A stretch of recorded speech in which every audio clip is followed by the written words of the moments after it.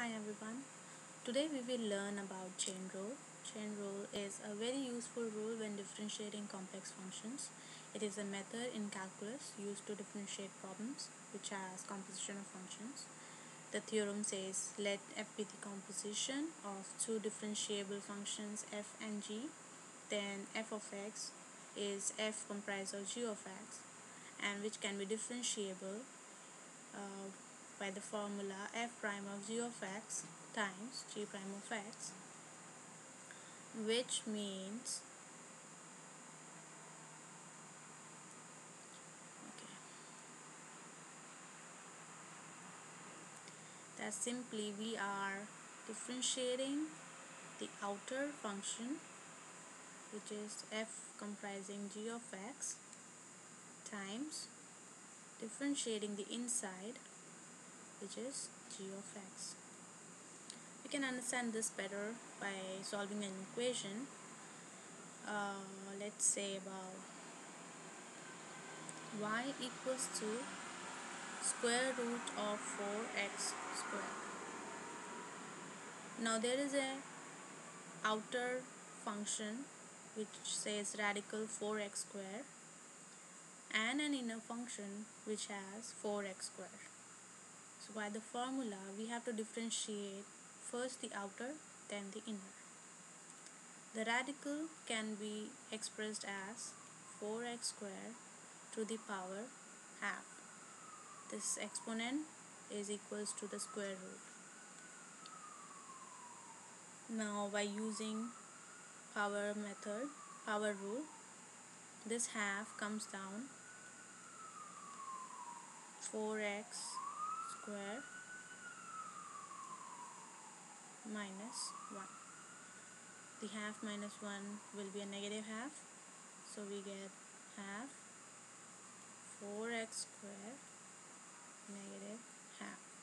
Now we dealt with the outside, but we have to differentiate the inside function too. So let this fx square, 4x square, this is a gx. So we have to differentiate the gx. There is a power, so power rule 2 times 4 x 2 minus 1. We get 8 x 2 minus 1 is 1, so we don't write it. Now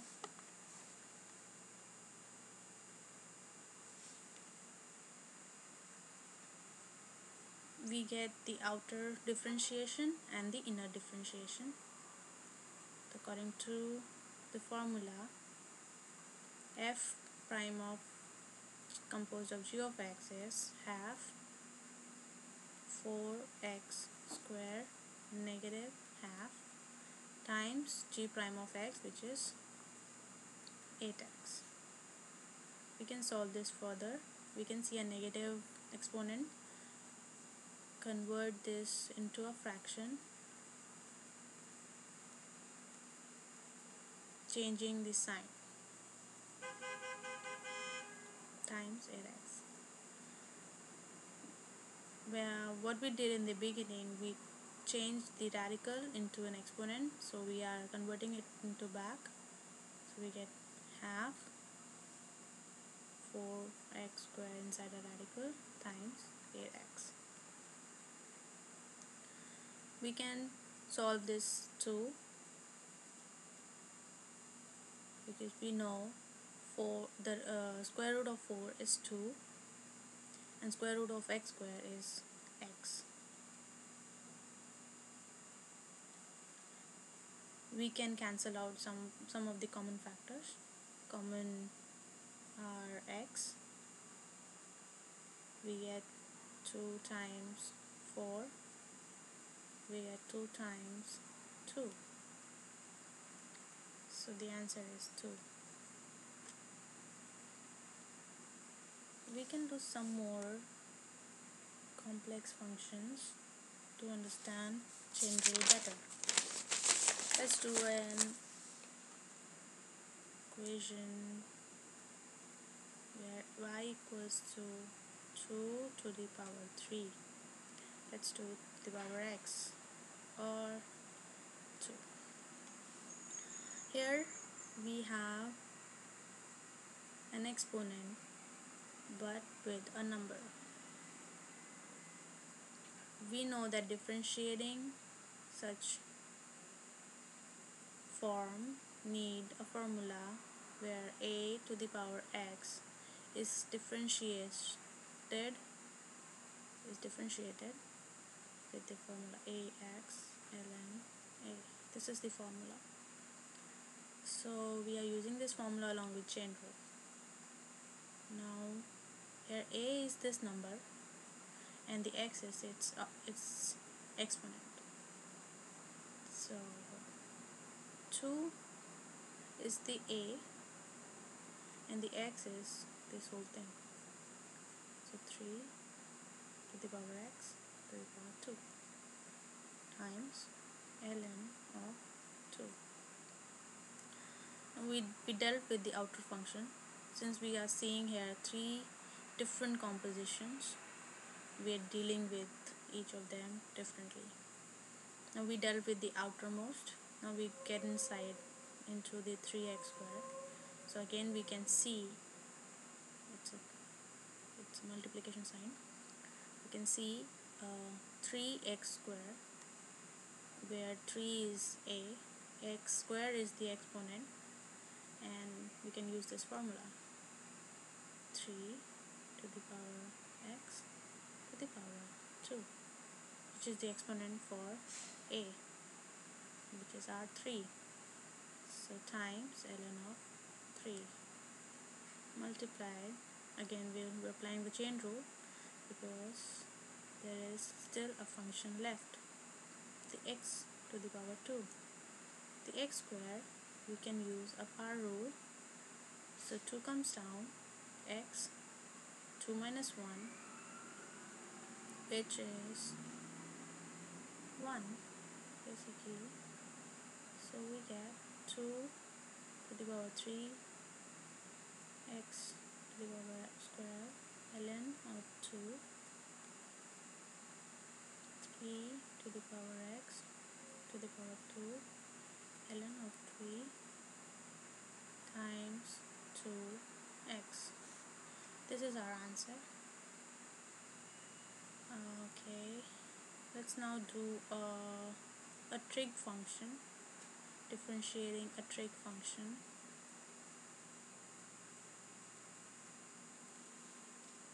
We should know that differentiating a log function has a formula 1 over, that means when we differentiate ln of x, we have 1 over x as the answer, and when we differentiate sin x, we get cos x.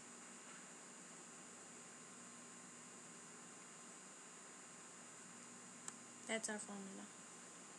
And using this formula along with chain rule,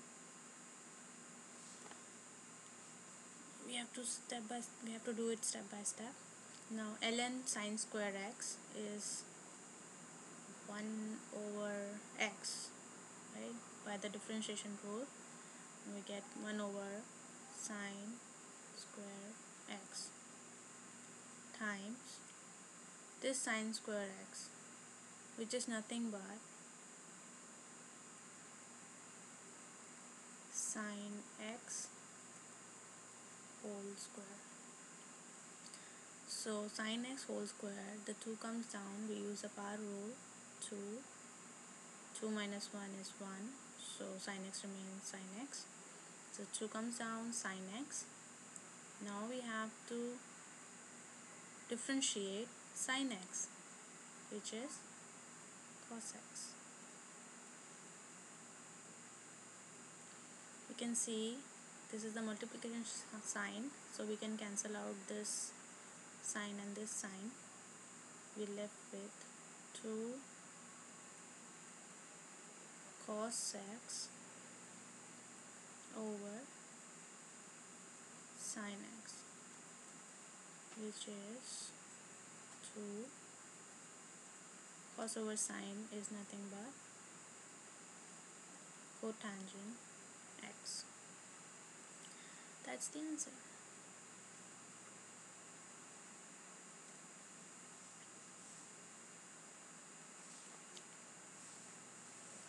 Thank you for watching.